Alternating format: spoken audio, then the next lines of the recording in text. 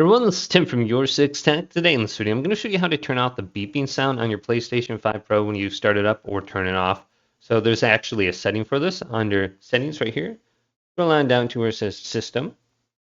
Then we have under here, it's going to be an option called Beep and Light. So we can just go to the right. Now, when you switch from medium to low, you're going to hear different pitch volumes. And we can go to mute beep sound right here, and we can just completely turn this off. Now, we won't hear it when we turn on or off our PlayStation 5. Then also we have the indicator light on the front of the PlayStation. So you can see like a white light or maybe like an orange light when you put it into the rest mode. We can put this to dim, so it's not very bright. So maybe if you have it in your like bedroom or something like that, it's not going to be so bright for you. Now, hopefully this video did indeed help you out. If it did, leave it a big thumbs up and subscribe to my channel down below for more tech out videos coming up next on Your 6 Tech.